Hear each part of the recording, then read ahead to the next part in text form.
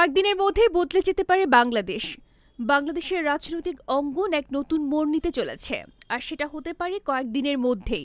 ফেব্রুয়ারির শুরু থেকে সব রাজনৈতিক দল মাঠে নামার প্রস্তুতি নিচ্ছে, যেখানে দ্রুত নির্বাচন আয়োজনের দাবি জোরালো হচ্ছে। তবে পরিস্থিতিকে আরও উত্তপ্ত করে তুলেছে ছাত্রদের নতুন রাজনৈতিক দল গঠনের গুঞ্জন, যা বিদ্যমান শক্তির ভারসাম্য বড় পরিবর্তন আনতে পারে।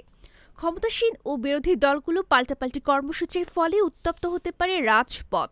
সব মিলিয়ে ফেব্রুয়ারি হতে পারে বাংলাদেশের রাজনীতির মোড় ঘোরানোর মাস।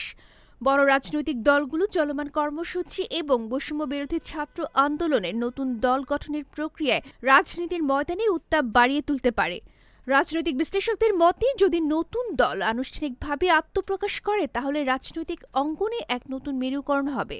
বিএনপি আনুষ্ঠানিক ঘোষণা না দিলেও দলটির শীর্ষ নেতারা মধ্য ফেব্রুয়ারিতে মাঠে নামার সিদ্ধান্ত চূড়ান্ত করেছে।